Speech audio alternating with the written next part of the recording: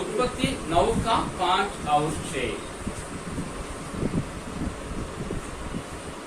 और निश्चय की मैं तुम्हारे लहू अर्थात प्राण का बदला लूंगा। सब पशुओं और मनुष्यों दोनों से मैं उसे लूंगा। मनुष्य के प्राण का बदला मैं एक के भाई बंधु से लूंगा। जो कोई मनुष्य का लहू बहाएगा उसका लहू मनुष्य ही से बहाया जाएगा, क्योंकि परमेश्वर ने मनुष्य को अपने ही स्वरूप के अनुसार बनाया है। ஆதியாகமம் 9வது அதிகாரம் 5-6 வசனங்களை வாசிக்கிறோம். உங்களுக்கு உயிராய் இருக்கிற உங்கள் ரத்தத்திற்காக பழி வாங்குவேன். சகல ஜீவ ஜந்துக்களிடத்திலும் மனுஷனிடத்திலும் பழி வாங்குவேன். மனுஷனுடைய உயிருக்காக அவனவன் சகோதரனிடத்தில் பழி வாங்குவேன். மனுஷன் தேவ சாயலில் உண்டாக்கப்பட்டபடியால் மனுஷனுடைய ரத்தத்தை எவன் சிந்துகிறானோ அவனுடைய ரத்தம் மனுஷனாலே சிந்தப்பட கடவுது.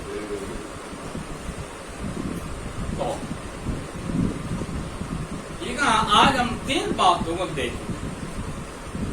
एक, मनुष्य के जीवन, चौथा में 3 बातों का। दूसरा है आपको सरकार की स्थापना। तीसरा सरकार की जिम्मेवारी। मनुष्य के जीवन, सरकार की स्थापना और सरकार की जिम्मेवारी. இன்றைக்கு நாம் 3 காரியங்களை இந்த 4வது ஏற்பாடுல பார்க்க போறோம். ஒன்று மனிதனுடைய உயிர், இரண்டாவது அரசாங்கத்தை ஏற்படுத்துவது, மூன்றாவது அரசாங்கத்தின் பொறுப்பு.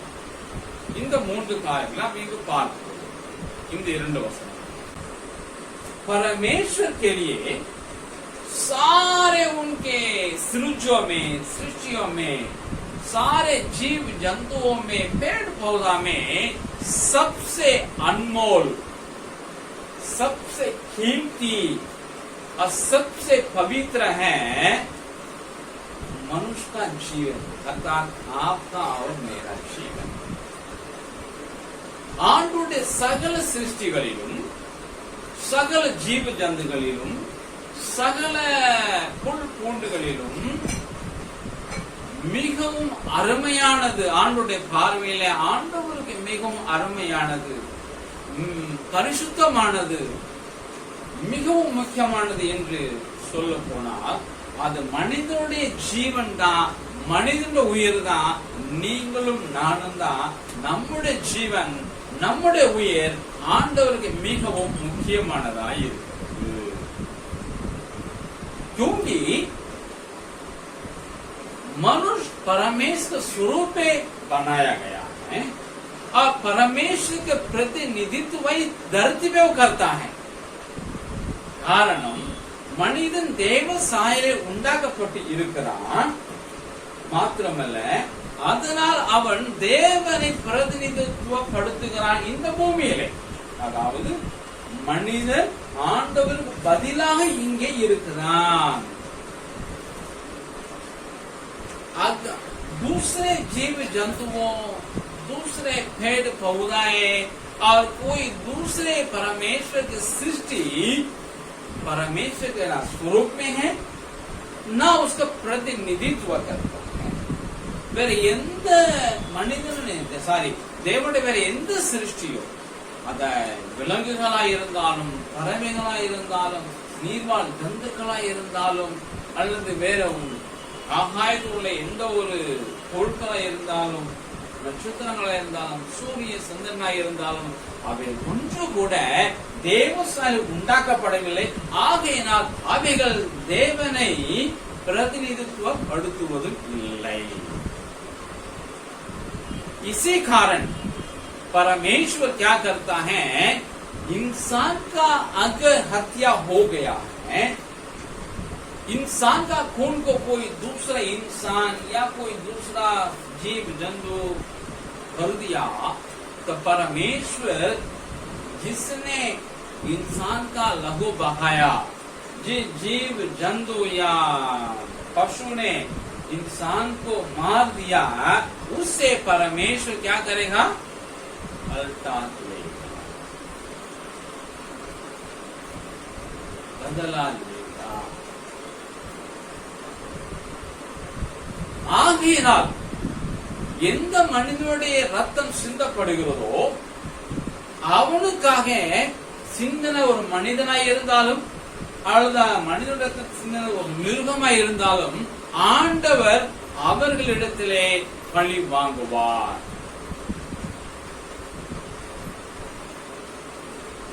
बाइबल में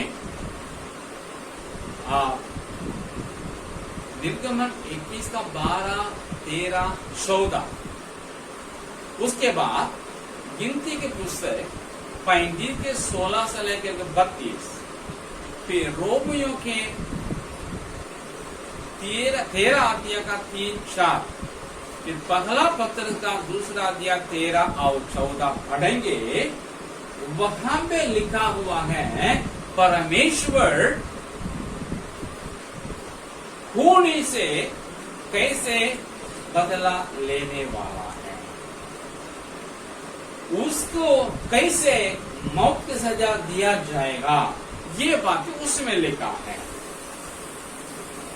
யாத்திராகமம் 21-12 வசனங்களிலும் என்னாகும் 35 அதிகாரம் 16 முதல் 32 வசனங்களிலும் ரோமர் 13 அதிகாரம் 3-4 வசனங்களிலும் 1 பேதுரு 2 அதிகாரம் 13-14 வசனங்களிலும் வாசித்தால் எப்படி மனிதனை கொலை செய்தவனிடத்துல அதை செய்கிறவனிடத்துல ஆண்டவர் பழி வாங்குகிறார் என்று எழுதப்பட்டிருக்கிறது. அதாவது அவனுடைய ஜீவன் எடுக்கப்படும். அது எப்படி என்று இங்கே வாசித்து பாருங்கள். இந்த வேத பகுதி இதை தெளிவாக சொல்லுகிறது.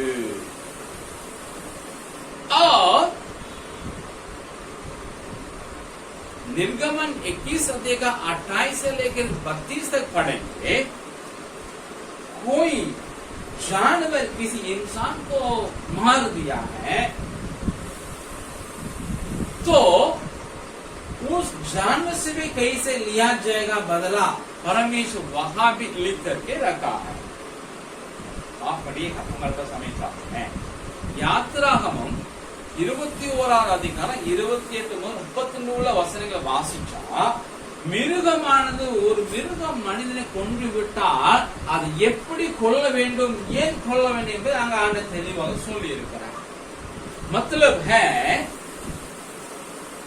ईश तंत्र. ईश तंत्र मतलब थियोक्रेसी.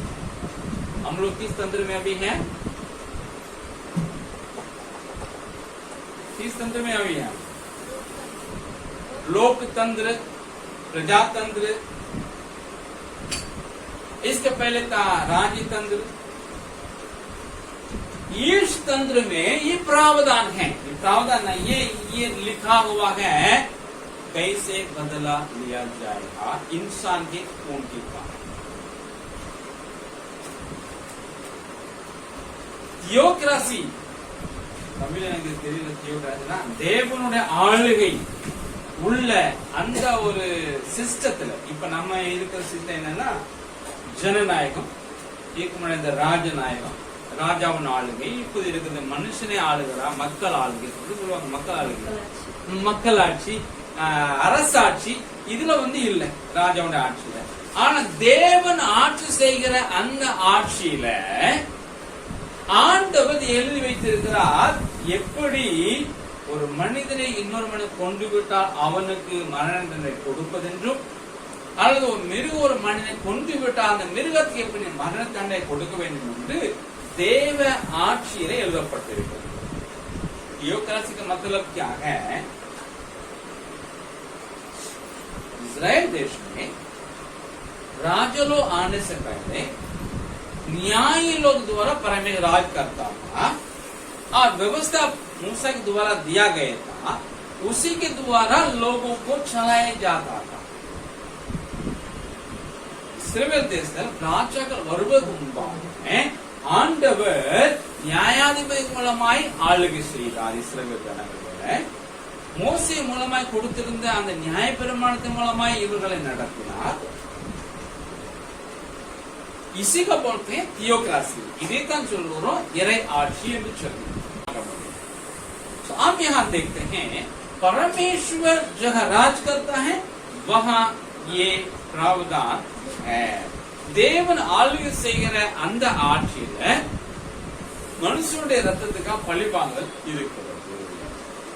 सबसे बड़ा परमेश्वर का मनुष्य का सबसे बड़ा रक्षक परमेश्वर है. மனிதனை பாதுகாக்கிறவர் மிகவும் பெரிய பாதுகாப்பு யார் அப்படின்னா அது தேவன் தான். उत्पत्ति 4 अध्याय 9 से 12 में ये लिखा होगा. இது ஆதியாகமம் 4வது அதிகாரம் 9 முதல் 12 வரை வசனங்கள் எழுதப்பட்டிருக்கிறது. कैसे हम आपको याद दिलाएं? जब कैन ने हाबिल को मार डाला है तो किसने कैन से बातचीत किया? परमेश्वर. किसने उसको दंड दिया? परमेश्वर. परमेश्वर ने कहा उसका लहू मुझे पुकारता है धरती से.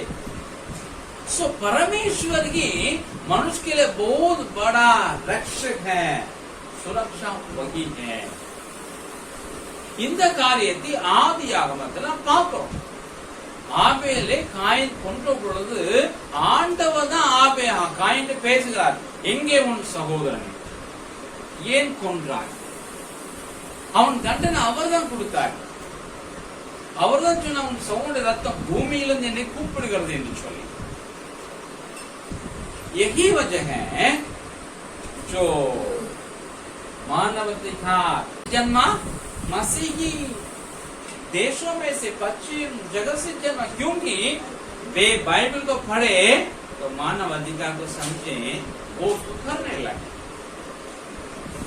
மனித உரிமையும் மனித உரிமை ஆக்டிவிஸ்டுகளும் ஆகையினால்தான் மேற்குலகத்திலிருந்து, அதாவது கிறிஸ்தவ நாடுகளிலிருந்து எழுப்பினார்கள். ஏனென்றால் வேதத்துல மனித உரிமை எழுதப்பட்டிருக்கிறது. இதை வாசித்தவர்கள் அதான் இன்ஸ்பயர் ஆனாங்க, மனித உரிமைகள் பெறும். आपको मुझको क्या करना है? हम मनुष्य के जीवन को अन्य जानवरों से, अन्य पेड़ पौधा से बहुमूल्य समझेंगे.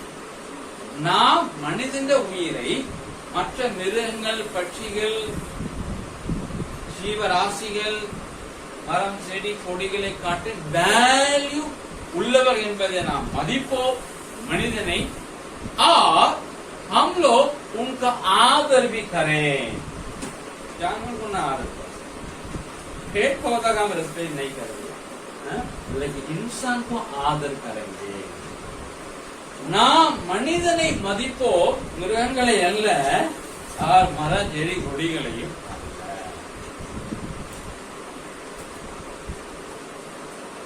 दूसरा है सरकार की स्थापना है। இரண்டாவது அரசாங்கத்தின் ஏற்படும்। हम यहाँ देखते हैं परमेश्वर कहता है मैं बदला लूंगा। इसका मतलब क्या है? मान लीजिए किसी को किसी ने मार डाल, एक्स को वही ने मार डाल, तो उसका बदला कौन लेगा? उसका बेटा भी लेगा, चार बेटा चारों बेटा लेगा, है ना, और उधर धमाद भी लेगा और पापा भी लेगा। कैसे लेगा? एक जन मार डाल दिया तो एक जन को मारेंगे, लेकिन इतने लोग बदला कैसे लेंगे? तो उनके बेटा को भी मारो, उनके पापा का मारो, पूरे खानदान को क्या करो? अरे संहार करो, ये ना होगा। பழி வாங்குவேன் என்று ஆண்டவர் சொல்ல இருக்கும்போது ஒரு மனிதனை இன்னொரு மனிதன் கொன்று விட்டால் யார் பழி வாங்குவா? கொல்லப்பட்டவனுடைய வீட்டார் எல்லாரும் சேர்ந்து அவனை பழி வாங்கினா ஒரு மணி தான் கொல்ல முடியும், மனிதன் என்ன செய்யுமா, அவன் குடும்பத்தையே என்ன செஞ்சிருவான், கொண்டு போடுவான். सब कोई पलटा लेना लगेगा या हर एक दिन पलटा लेने लगेगा तो क्या अराजकता नहीं रहेगा,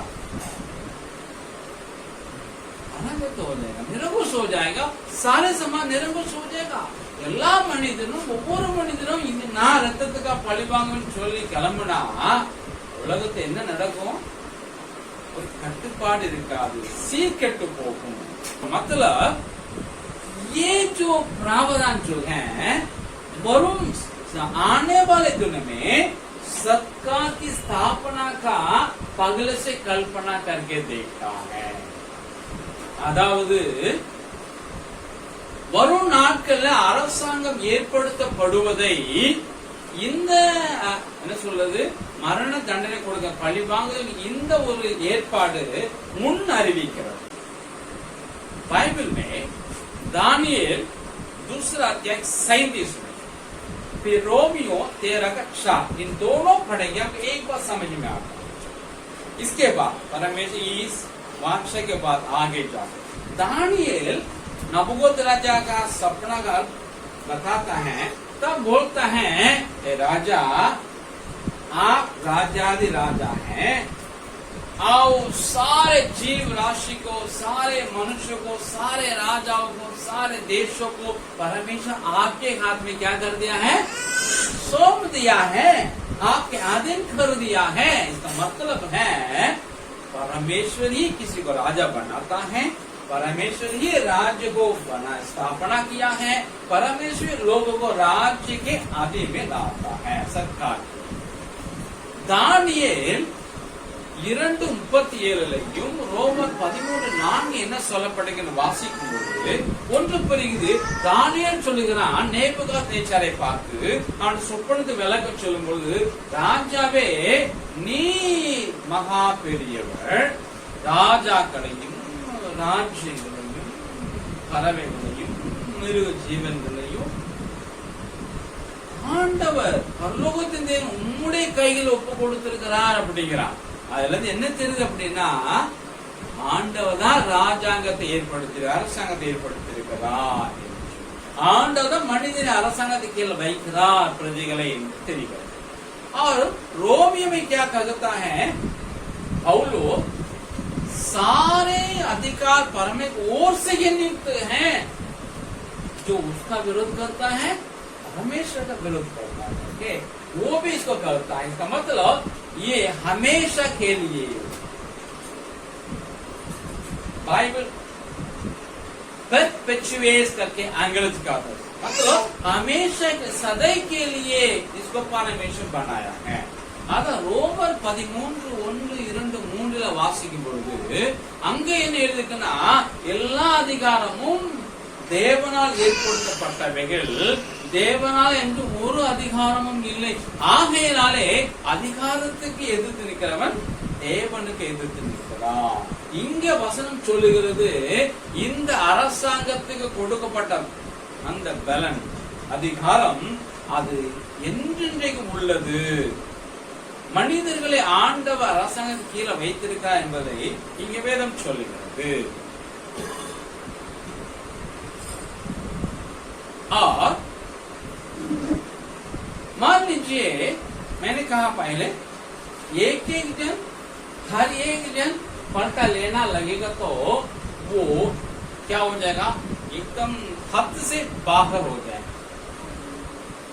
एक जन मार गया तो कितने जन को मार सकते हैं, एक जन को मारना है, लेकिन वो भी इंडिविजुअल नहीं, व्यक्तिगत लोग नहीं. मतलब क्या बोलेंगे, व्यक्ति नहीं है, इंडिविजुअल नहीं करना है. அதாவது ஒரு மனிதன் எல்லா மனிதனும் ஒவ்வொரு மனிதனும் பழிவாங்க ஆரம்பிச்சா அது என்னன்னா எதுவுமே ஒரு மிஞ்சி போகும், தண்டனை மிஞ்சி போய்விடும். एग्जाम्पल आप देखिएगा, कैन एक जन को मार डाल दिया, क्या किया, वो भलाई किया हाबिल ने, ये सब्जी को लाके दिया परमेश्वर के सामने, वो एकदम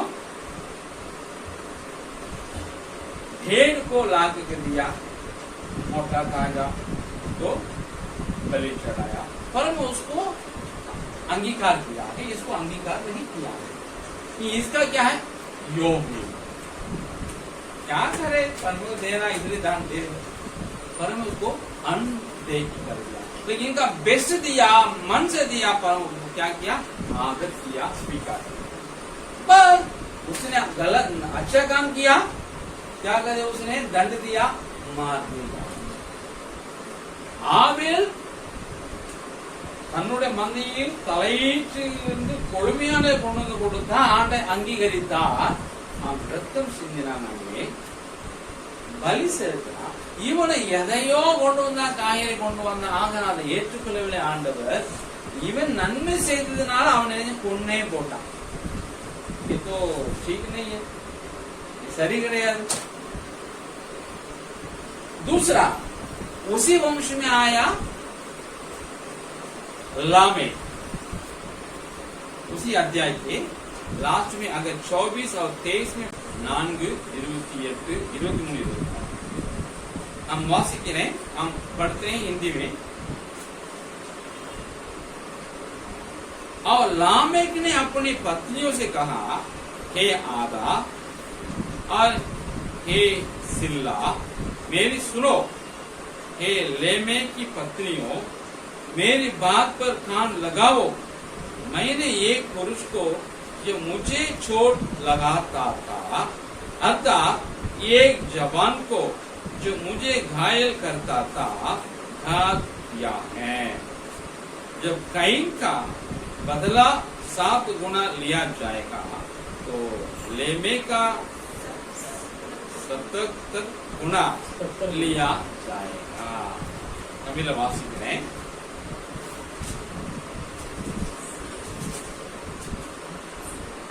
ஆதியாகமம் 4:23-24 ராமேக்கு தன் மனைவிகளை பார்த்து, ஆதாளே சில்லாலே நான் சொல்வதை கேளுங்கள், லாமேக்கு மனைவிகளே என் சத்தத்துக்கு செவி கொடுங்கள்.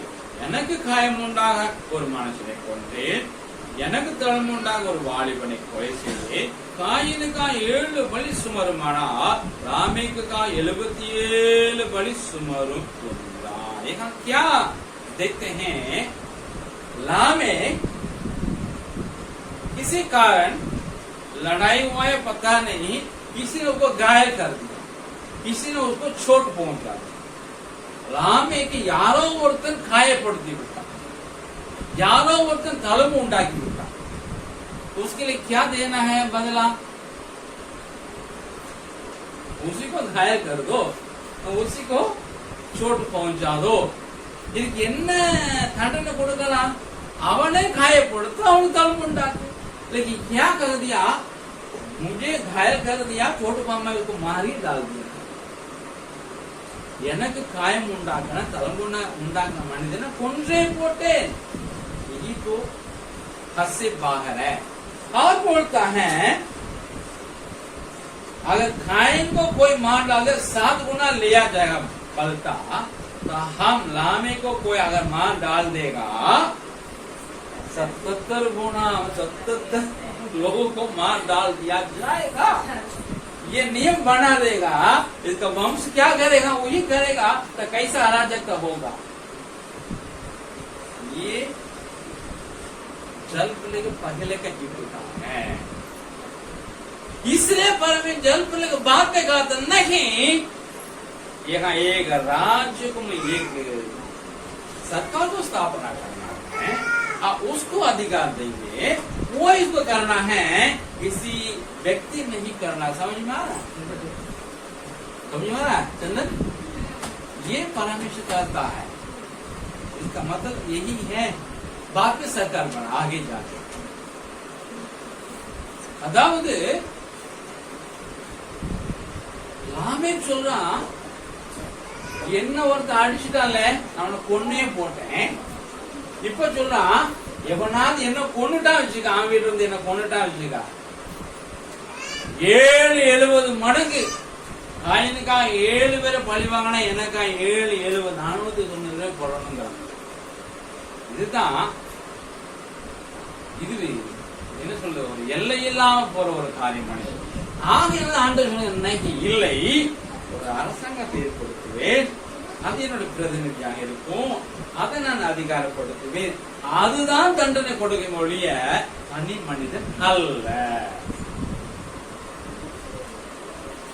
और अब सरकार का क्या हो गया, अधिकार परमेश्वर दे दिया, सरकार बन गया, अधिकार दे दिया, जिसको चाहे उसको क्या करे, दंड दे।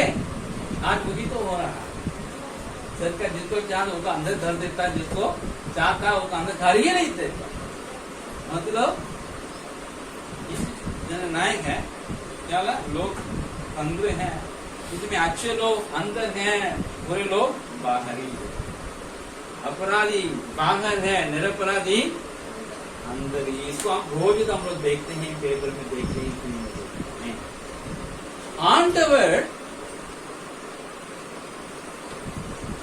ஒரு அரசாங்கத்தை ஏற்படுத்துகிறார், அதை அதிகாரப்படுத்துகிறார், அதுதான் என்ன செய்யும், நியாயம் விசாரிக்கும். ஆனால் அது ஒரு நிரபராதி தண்டித்து விடக்கூடாது, ஒரு அபராதி விட்டு விடவும் கூடாது. क्या करना है, लिखा है, बाद में आप देखे बाइबल पढ़िएगा अपने घर पे, व्यवस्था विवरण 19 का 15, मत्ती 18 का 16 और इब्रानी 10 का 28। इन्हें आप अगर पढ़ेंगे, ये लिखा है किसी भी व्यक्ति को अगर इल्जाम लगा दिया खून का, तो उसको क्या करना है, उसका जो अपराध वो स्थापना करना, स्थापित करना है, 2 या 3 गवाह के द्वारा, नहीं तो मार। हो सकता है गवाही नहीं है, हो सकता वो निरपराधी हो, इसलिए उसको छोड़ना है, इसको न्यायपालिका ही करना है करके बाइबल बताती है। इन जगह पे आप देखिए तो आपको लिखा है वाकमम 19:15, மத்தேயு 18:16, எபிரேயர் 10:20 வாசிச்சா உங்களுக்கு தெரியும். 2-3 சாட்சிகளின் மூலமாகத்தான் ஒரு குற்றம் என்ன சொல்ல உறுதிப்படும். அப்பதான் அவனுக்கு என்ன செய்யணும், தண்டனை கொடுக்கணும். சும்மா கிடைச்சிட்டான் எனக்கு அதிகாரம் சொல்லி கொடுத்துடக்கூடாது என்று ஆண்டவர் சொல்றார். इसके द्वारा हम क्या समझ लेता हूं, இது மூலம் நாம் அறிந்து கொள்வது என்ன, हम जो प्रजा है कभी भी कानून को अपने हाथ में नहीं लेना है. பிரஜைகளாகிய நாம் சட்டத்தை கையில் எடுக்க கூடாது.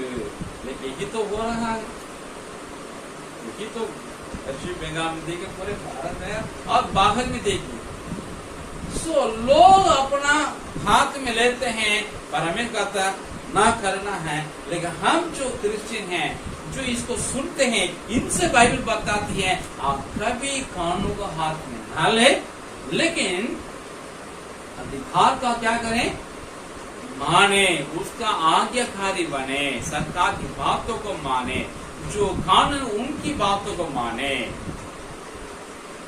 வேதம் நமக்கு என்ன கற்றுக் கொடுக்குது, நாம் அதிகாரத்தை கையில எடுக்காம நாம் சட்டத்துக்கு கீழ்ப்படிந்து நடப்போ, சட்டம் தன் வேலை செய்யட்டும் என்று சொல்லி. और हम लोग प्रार्थना करें हमारे सरकार, राज्य सरकार भी, केंद्र सरकार भी, दोनों परमेश्वर के प्रतिनिधि के रूप में काम करें, न कि इंसान का एक मिशन के रूप में. परमेश्वर की इच्छा को पूरा करने वाला बन करके काम करें, न कि किसी व्यक्ति की इच्छा को पूरा करने के लिए.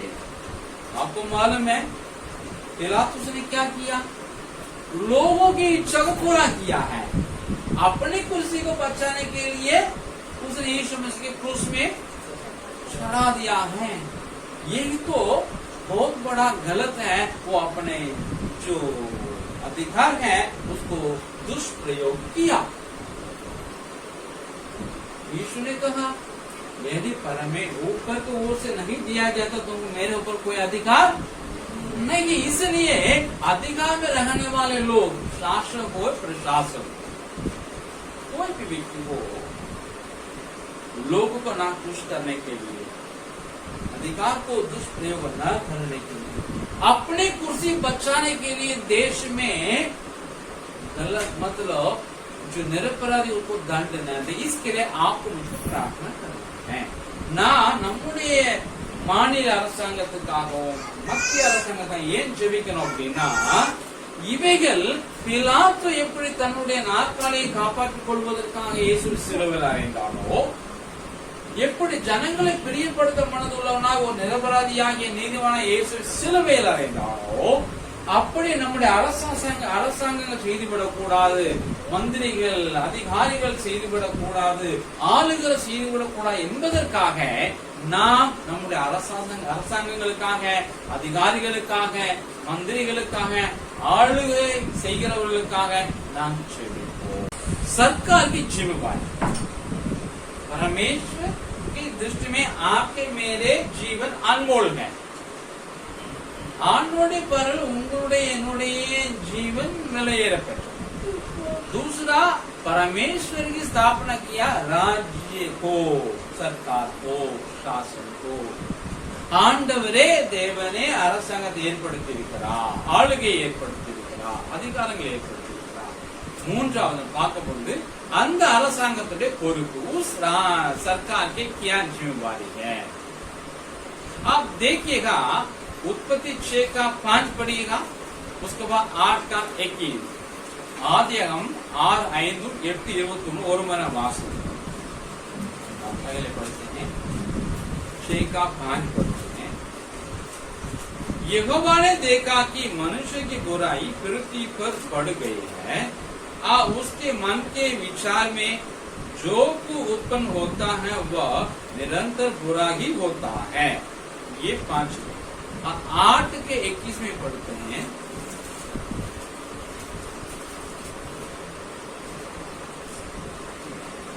इस पर यहोवा ने सुखदायक सुगंध पाकर सोचा, मनुष्य के कारण मैं फिर कभी भूमि को शाप न दूंगा. यद्यपि मनुष्य के मन में बचपन से जो उत्पन्न होता है वह बुरा ही होता है. वासिக்கிறேன் 6:5. மனுஷனுடைய அக்கிரமம் பூமியில பெருகிறது என்று அவன் இருதயத்தின் நினைவுகள் தோற்றமெல்லாம் நிற்கும் பொல்லாததே என்று கர்த்தர் கண்டு. 8:21 வாசிக்கிறேன். அது பின்பதை வாசிக்கிறேன். இனி நான் மனுஷ நிமித்தம் பூமியை சகிப்பதில்லை, மனுஷனுடைய இருதயத்தின் நினைவுகள் அவன் சிறுவை தொடங்கி பொல்லாததாய் இருக்கிறது. நான் இப்போ செய்தபடி இனி சகல ஜீவனை संगरिपதில்லை. अब यहाँ देखते हैं 6 का 5 में जो लिखा है वो जल प्रलय पहले की बात है. इस कारण परमेश्वर ने क्या किया, इन लोगों को नाश किया. अब जल प्रलय हुआ, अभी 1 साल तालाबंदी में रहे. कौन सा है, लॉकडाउन है ना. 8 जन अभी बाहर आ रहे हैं, इनमें परिवर्तन होना चाहिए कि नहीं होना चाहिए?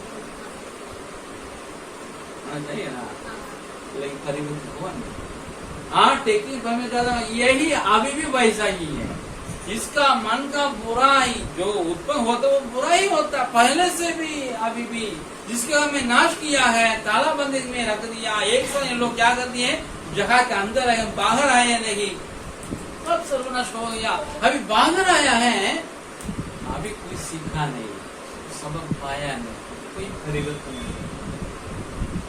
अभी भी इंसान है, कोई तालाबंदी के पहले भी जैसे थे वैसे अभी भी लोग, कोई परिवर्तन हुआ हमारे लोगों में? कोई परिवर्तन नहीं.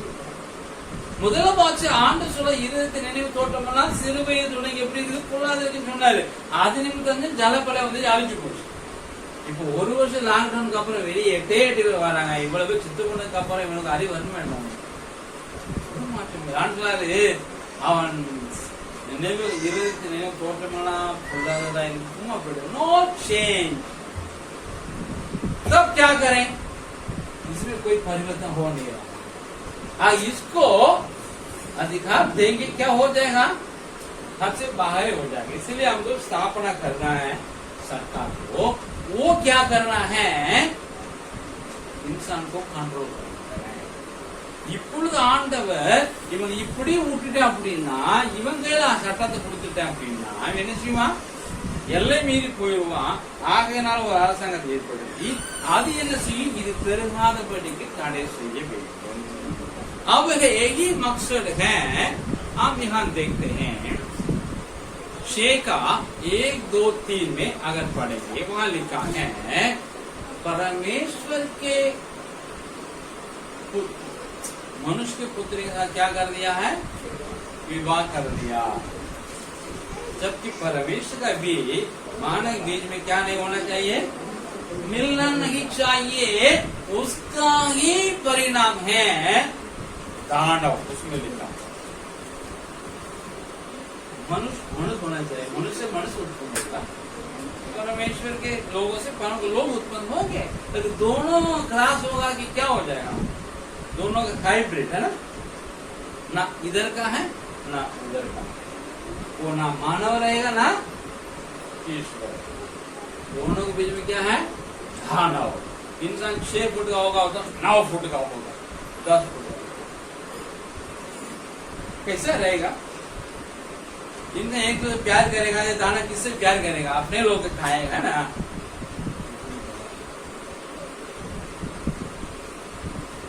ஆதியாகமம் 6:1-2 வாசிச்சோம்னா தேவகுமாரும் மனுஷகுமாரத்தோட கலந்துட்டாங்க.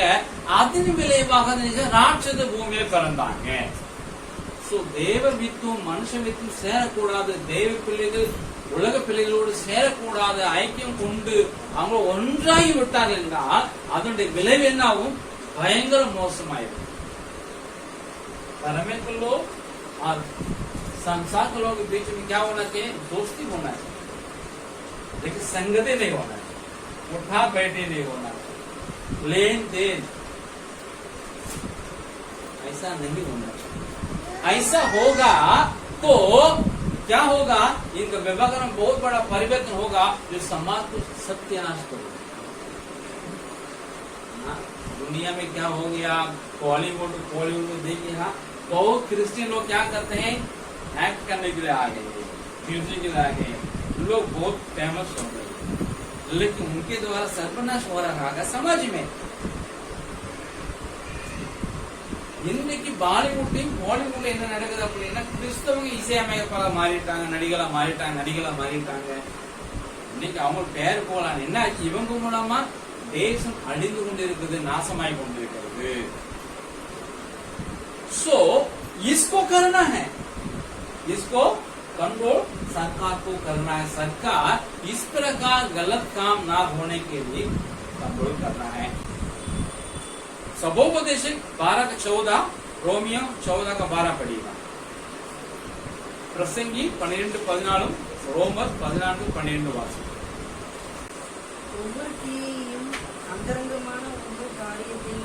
அந்தரங்கமான ஒவ்வொரு காரியத்தையும் நன்மையானாலும் தீமையானாலும் தேவன் நியாயத்தில் கொண்டு வருவார். ரோமர் 14:12 நம்மில் ஒவ்வொருவரும் தன்னை குறித்து தேவனுக்கு கணக்கு ஒப்புவிக்க வேண்டும். हिंदी पढ़ो. क्योंकि परमेश्वर सब कामों और सब गुप्त बातों, परमेश्वर सब कामों सब गुप्त बातों का क्या करेगा, चाहे वे भली हो या बुरी, भली हो या बुरी न्याय करेगा. मतलब मनुष्य के अंदर की जो सोच है ना, उससे परमेश्वर क्या करेगा, न्याय करेगा. रोमियो 14:14-12.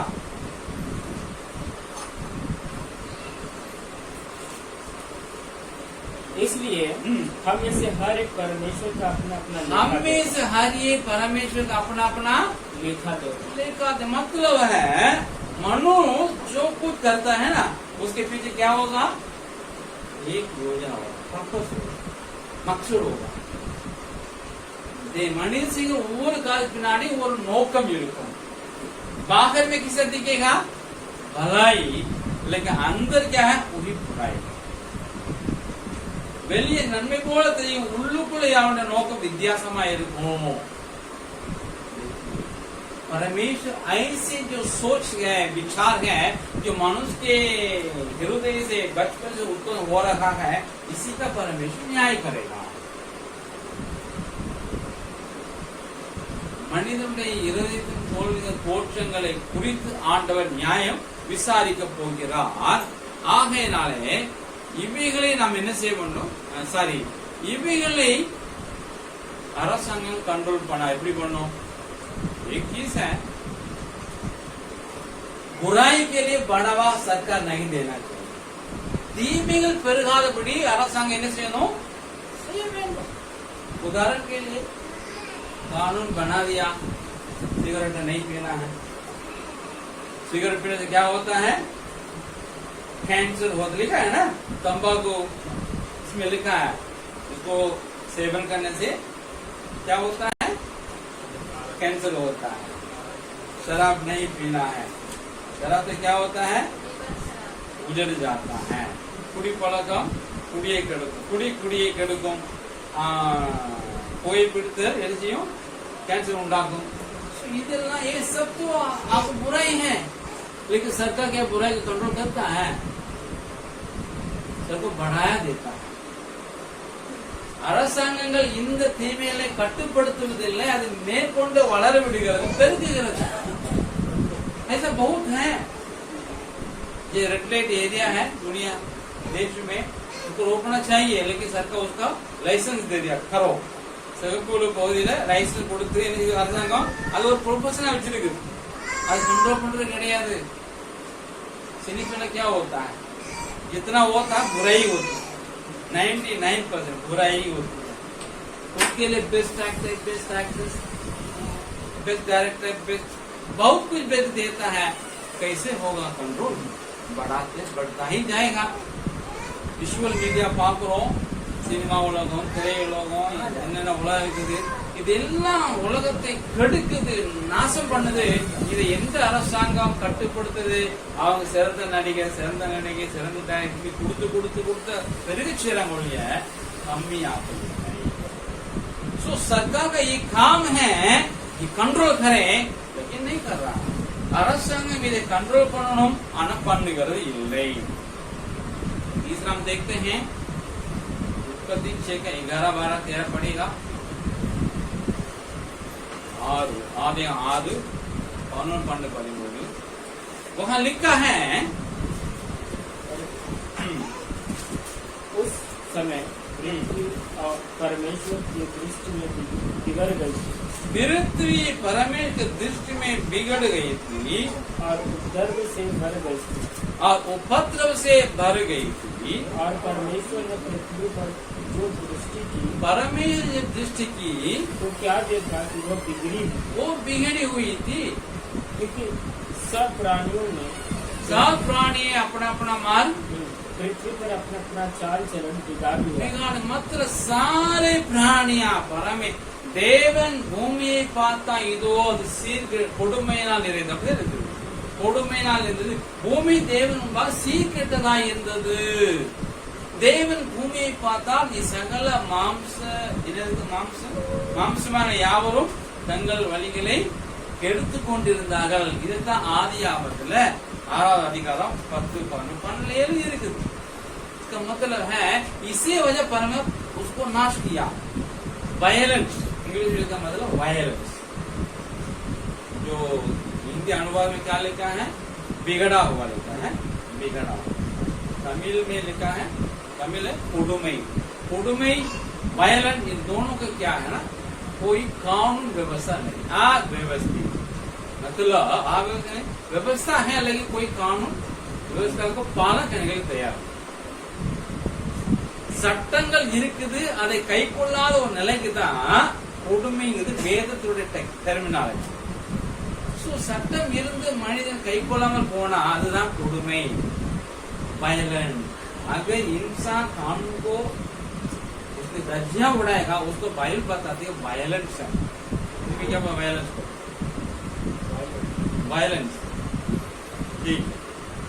सो परमेश्वर वायलेंस के कारण ही பகலா துனியாவுக்கு நாஷ் கராங்க. ஆண்டவர் முதல் உலகத்தை நாசப்படுக்கான அவங்க கொடுமையால் இருந்திருந்தாங்க. सरकार को क्या करना है, ऐसा ना हो. लॉलेसनेस,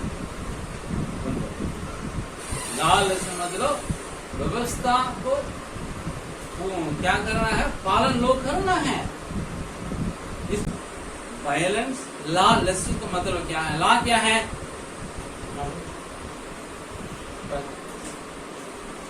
पुरुष और स्त्री शादी करना क्या है? ये लॉ है ना। आप इन लोग करेंगे तो पुरुष स्त्री और स्त्री करेंगे तो क्या लॉ है, कानून है। समलैंगिकता कानून नहीं है, लेकिन लोग इसको चाहते हैं हम करेंगे, है ना। ஓரினை சேர்க்கை பாவம் அப்படின்னு சட்டம் இருக்குது. ஆனா இப்ப மக்கள் அதை வேணுங்கிறாங்க. இதுதான் சீர்கெட்டு போன உலகம். नोवा के दिन में यही था। और ईश्वर को पूजना है, सृष्टिकर्ता को पूजना है। वो लोग क्या करते थे? सृष्टि को पूजते थे। ये है ஆண்டவரை தொழுது சிருஷ்டியை தொழுது கொள்ள வேண்டியது. ஆனா சிருஷ்டியை தொழுது கொண்டார்கள். परमेश्वर का स्वरूप नहीं है, अरूप है। लोग पता है, लेकिन उसके नाम क्या है? रूप देंगे। ये है लॉलेसनेस. ஆண்டவர் ரூபம் இல்லாத அவருக்கு ரூபம் கொடுப்பேன்னு சொன்னாம்னா அது என்னது? புதுமை. जो करना उसको करना, नहीं करना है, जो नहीं करना उसको करना, यही तो क्या है? लॉलेसनेस, अपराध है. यही है बिगड़ाव. எதை பண்ணணுமோ அதை பண்ணாததும், எதை பண்ண வேண்டியதோ அதை பண்ணாம இருப்பதுதான் கொடுமை, சட்டம் இல்லாதது. इसके कारण ही परमेश्वर धरती को नाश किया. अब सरकार का पास अधिकार दिया हुआ, इसको क्या करें? कंट्रोल करें. जो पाप बढ़ गया था, जिसके कारण सर्वनाश हुआ, उसको सप्रेस करें, दबाए. सरकार इसको नहीं करता है. क्या होगा? फ्लड है, जल प्रलय है, क्या है? जजमेंट. क्या हिंदी बोलते हैं? न्याय. जल प्रलय न्याय. ये तो नेचुरल डिजास्टर है. क्या बोलते हैं हिंदी में? प्राकृतिक आपदा. नेचुरल इयर्की पेरिडर. करेक्ट. इयर्की पेरिडर. सो जहां कहीं प्राकृतिक आपदा होता है, எங்கெல்லாம் இயற்கை பேரிடர் நடக்குதோ वहां की सरकार इसको चेक करना है. या हमारे यहाँ लोग धार्मिक इच्छा के खिलाफ चलते हैं? क्या लोग हमारे यहाँ बुरे इच्छा से कुछ काम को पूरा करते हैं, उसमें सफलता पाते हैं? या हमारे यहाँ कानून के विरोध में लोग जाते हैं, परम कानून विरोध में देखना है, चेक करना है, नहीं तो वहां आपका पड़ता ही जाता. बाइबल का मेरा अनुसार नहीं, बाइबल का अनुसार எங்கெல்லாம் இயற்கை பேரிடர் நடக்குதோ அங்கெல்லாம் அரசாங்கம் என்ன செய்யணும்? மக்கள் தேவனுடைய சித்தத்துக்கு விரோதமா போகிறார்களா என்று பார்க்கணும். மக்கள் உள்ள ஒண்ணை வச்சுட்டு வெளியே ஒண்ணு செய்யறாங்களா அப்படின்னு பார்க்கணும். தேவனுடைய சித்தத்துக்கும் சட்டத்துக்கு விரோதமா நடக்கிறார்களா அப்படின்னு சொல்லி பார்க்கணும். அப்படி இருந்துச்சுன்னா கண்ட்ரோல் பண்ணணும். இல்லாத பட்சத்துல பேரிடர்கள் என்ன செய்யும்? பெருகத்தான் செய்யும். तो आपको मुझको क्या करना है? जब कभी हमारे आसपास में होता है आपदा, अपने को क्या करें? थोड़ा चेक करके देखो क्या हम इसका कारण है. எங்கேயும் நம்முடைய இடங்களை பேர் நடக்கணும்னா நான் இதுக்கு காரணமா நாம் நம்ம ஆராய்ந்து பார்த்தோம். या आपके मेरे जीवन में कोई समस्या, क्राइसिस, क्या बोलते हैं, संकट आता है, तो हम सोचे क्या हम परमेश्वर के लाभ में हैं. நம்முடைய வாழ்க்கையில பிரச்சனைகள் வரும் பொழுது நாம் யோசிப்போம், நான் எங்கேயாவது ஆண்டுக்கு விரோதமாக செயல்பட்டு இருக்கிறானா அப்படின்னு சொல்லி चेक करके हम अपने सुधारेंगे. और जहाँ कहीं हम काम करते हैं वहां हम क्या करेंगे? ऐसे मनुष्य के साथ काम करें. நாம் எங்கெல்லாம் வேலை செய்யறோமோ வேலை பார்க்க स्थलத்தில் இருக்கிறதுல இதை மனதில் கொண்டு நாம் செயல்படுவோம். और हम प्रार्थना करें हमारा सरकार अपने जिम्मेवारी को पूरा करे. நான் நம்முடைய அரசாங்கங்கள் அதனுடைய பொறுப்புகளை ஒழுங்கா செய்வதற்காக